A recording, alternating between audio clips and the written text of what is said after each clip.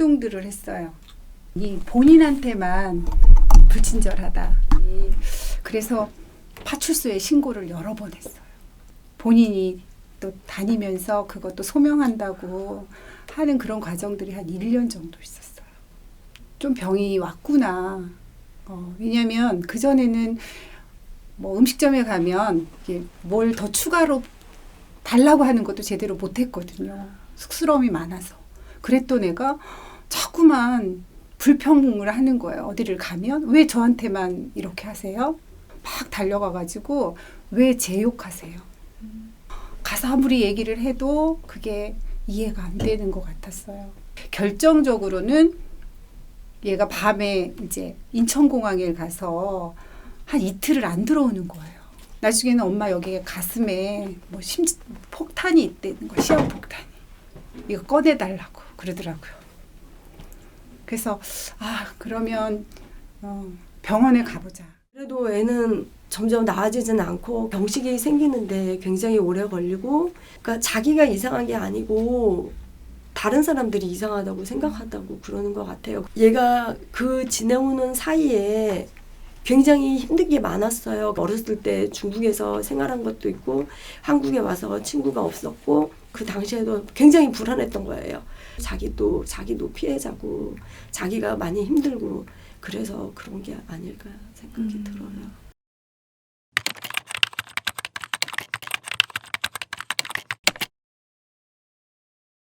이제 얘 조현병입니다. 조현병 한가운데 와 있어요. 그러니까 얘가 제가 왜요? 제가 어때서요? 그러니까 거부하고 또 뛰쳐나가기도 하고 뭐 이런 과정들이 있었어요. 그러니까 매일매일 오게 했어요. 약을 받으러. 정신건강복지센터에 전화를 해서 우리 아이가 지금 이러이러한 행동들을 하고 해서 좀 병이 있는 것 같은데 본인이 인지를 못해요. 좀 도와주실 수 있으면 방문을 해주세요라고 사회복지사분들이 3분이 오셔서 1시간 정도 아이하고 이야기를 하면서 얘가 이제 그 복지사 선생님 말을 좀 잘 따르더라고요. 옳은 얘기도 엄마 아빠가 하는 거는 잘 안 듣더랬는데 그 사회복지사 선생님이 얘기해 주시니까 그 사회복지사 선생님 말씀을 얘가 좀 듣고 이해를 하고 또 의사 선생님한테 가야 되고 약 복용해야 되고 하는 것들을 그래도 좀 받아들이게 됐어요.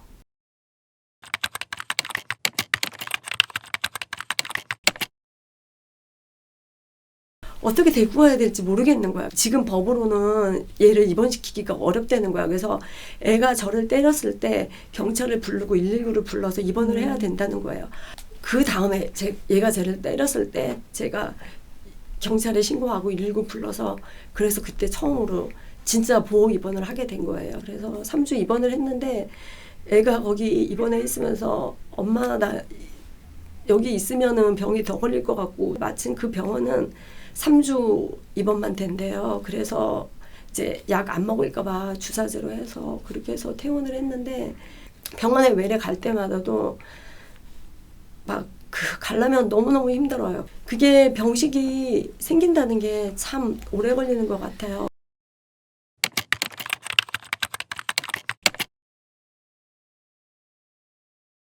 정신장애에 대한 교육이 저는 필요하다고 생각을 하거든요. 정신장애 예방 교육을 아예 교육과정으로 편성을 해주셨으면 좋겠어요. 정신장애를 겪는 청소년들이 증가하고 있잖아요. 얘네들이 그 예방 교육이라든지 인식 개선 이런 교육을 받지 않으면 더 큰 병으로 발전할 수 있잖아요. 그래서 강력하게 그거는 좀 주장하고 싶어요.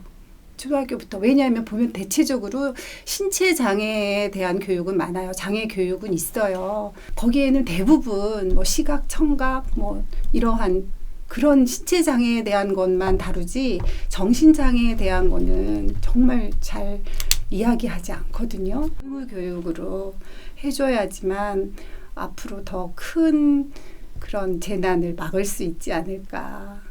그냥 약을 먹으면서도 병이 있으면서도 이제 자기 그 밥벌이 할 수 있는 그런 일자리를 찾고 그게 현실적으로 쉬운 일은 아니잖아요. 아, 우리가 떠나면 얘네들은 어떻게 할까?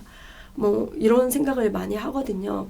아, 이제 내가 없어도 그 안 좋은 시선으로 보지 않고 그렇게 살아갈 수 있겠구나, 이런 마음이 들 수 있어야 될 것 같아요. 그래서 그런 역할을 국가에서 조금 해줘야 될 필요성이 있다고 생각합니다.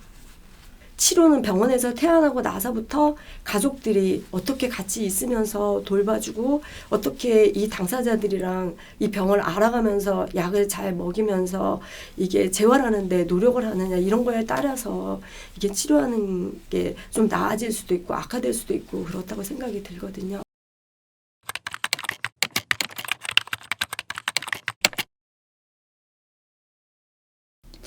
저는 아직 오픈을 안 했기 때문에, 그러니까 그 친척들한테나 아직 주변에 우리 아이가 조현병이야 라고 아직 말을 못했어요.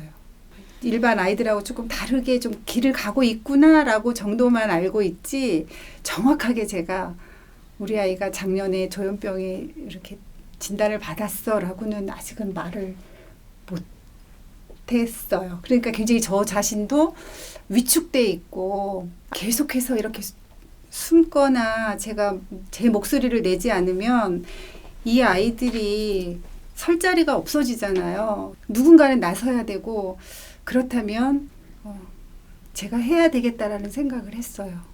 이런 언론이나 이런 데에서 그 정신장애인들이 뭐 살인을 했다, 뭐를 뭐 했다라고 하는 그런 뉴스가 나오면 저 자신도 괜히 위축이 되고, 우리 아이도 그런 걸 보면 굉장히 불쾌해하더라고요. 엄마, 저거는 극소수잖아. 다 그런 거는 아니잖아. 이렇게 얘기를 하는데, 뭐 위협적이거나 위험하진 않은데 치료를 받지 않았을 때 단지 문제가 있는데, 그런 것들에 있어서 조금 더 올바르게 알고 그냥 이해를 좀 해줬으면 도파민이 더 분비가 되어서 뇌 기능에 이상이 있는 거잖아요. 그럼 똑같은 다른 질병하고 똑같이 그렇게 이야기를 할 수 있었으면 좋겠어요.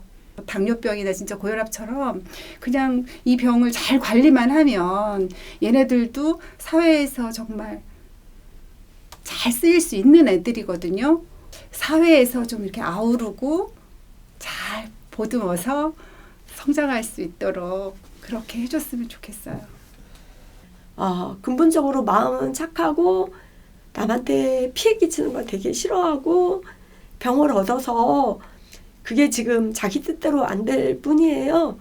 그래서 약 잘 먹고 그러면 조금 더 좋아져서 얘네들도 나아질 수 있으니까, 그냥 좀 아픈가 보다, 아픈 사람인가 보다, 그냥 이렇게 생각하고 특이하게 이상하게 보지만 안아주시면 조금 더 감싸주시고 배려해 주시기 바랍니다.